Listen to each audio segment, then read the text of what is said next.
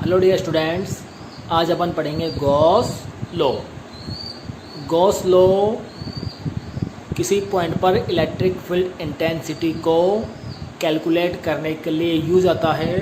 And according to Gauss theorem, total electric flux through any closed surface S in free space is equal to 1/ε0 times the total charge enclosed by the surface. It means phi equal to q upon epsilon naught. यहाँ पर जो q है वो क्या है? Total charge enclosed by surface and epsilon naught is the permittivity of free space. Electric flux का एक formula अपन ने पहले भी देखा था, इलेक्ट्रिक फील्ड इंटेंसिटी की फॉर्म में। तो यहाँ से फाई की value P dot D S integration, ये गॉस लॉ से phi equal to Q upon epsilon naught. तो यहाँ पर जो बना वो बन गया phi equal to E dot D S equal to Q upon epsilon not.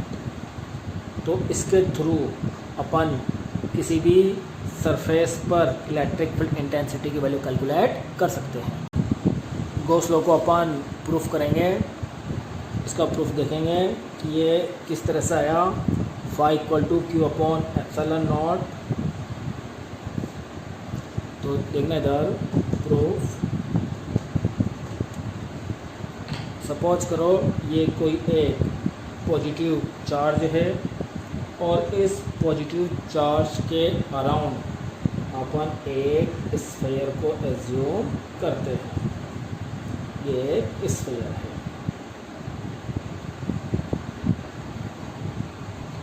इस स्फीयर की रेडियस है, अपन ने एज्यूम किया स्मॉल आर, और ये अपने पास सरफेस है एस। इस सरफेस को बोलते हैं अपन गॉसियन सरफेस। तो ये हो गया गॉसियन सरफेस। इस गॉसियन सरफेस के ईच पॉइंट पर इलेक्ट्रिक फील्ड इंटेंसिटी की वैल्यू सेम होगी, बिकॉज जो ये चार्ज है ये सेंटर पर प्लेस्ड है और इसकी जो सरफेस है वो इक्वल डिस्टेंस पर है स्मॉल आर, जो रेडियस है। अपन को इस पॉइंट पे अपन इलेक्ट्रिक फील्ड इंटेंसिटी कैलकुलेट करेंगे।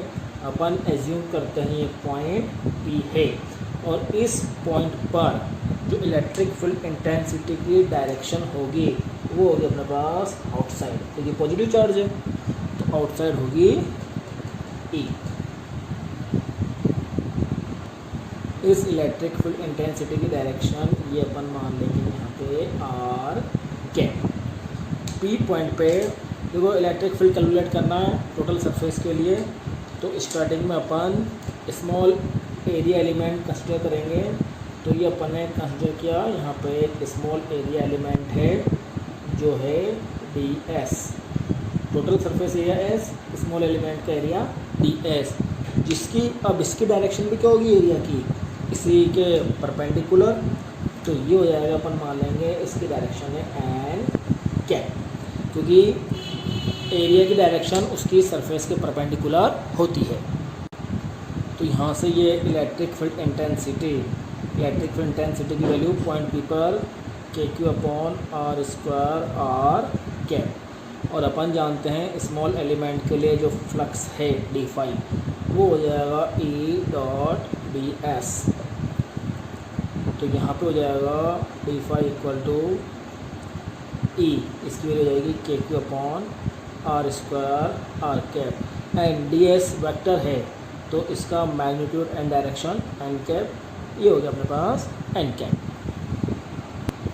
यहाँ से हो जाएगा D phi equal to K Q upon R square D S R cap N cap.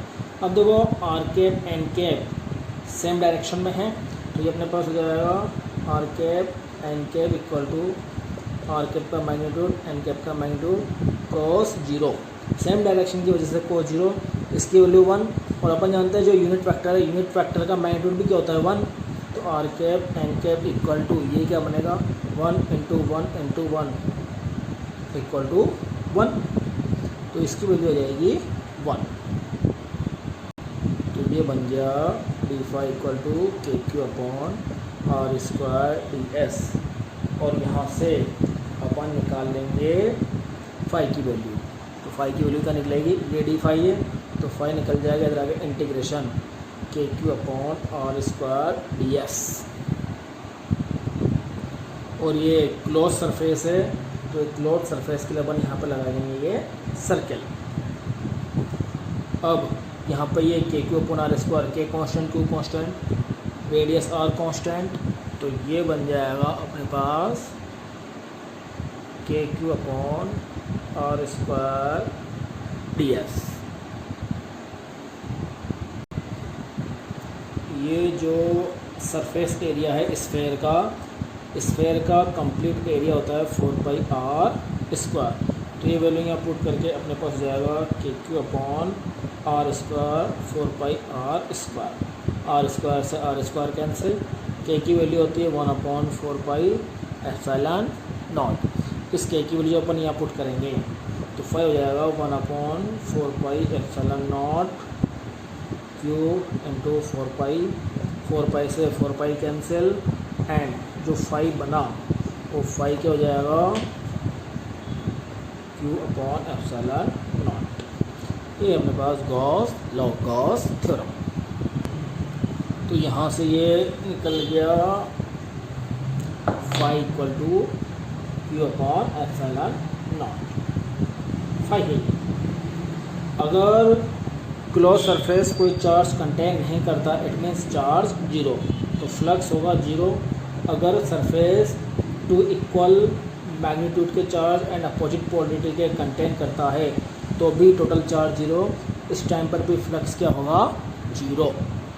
जैसे क्लोज सरफेस के अंदर कोई डायपोल प्रेजेंट है तो क्लोज सरफेस के अंदर डायपोल प्रेजेंट है तो टोटल चार्ज उसका क्या हो जाएगा 0। अगर कोई क्लोज सरफेस है उससे फ्लक्स आउटसाइड है तब तो अपने पास फ्लक्स होगा पॉजिटिव, और कोई सरफेस के इनवर्ड फ्लक्स है तो फ्लक्स होगा नेगेटिव।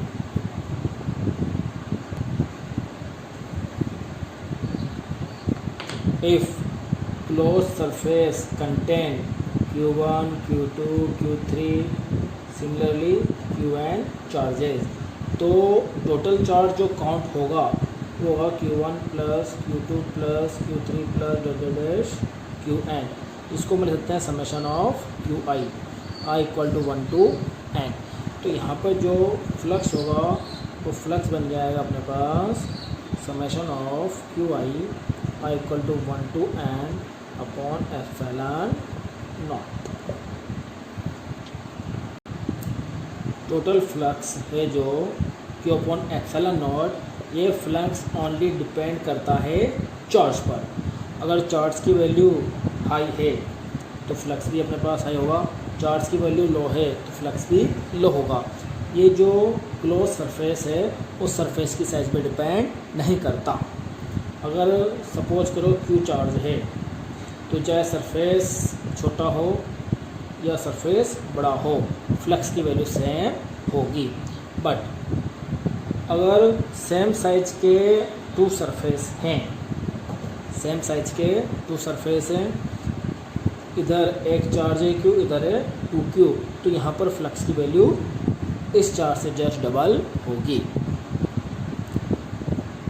अगर कोई क्लोज सरफेस है और इसके आउटसाइड कोई चार्ज है तो इस चार्ज के कारण इसके इलेक्ट्रिक फ्लक्स में कोई फ़र्क नहीं पड़ता, इसका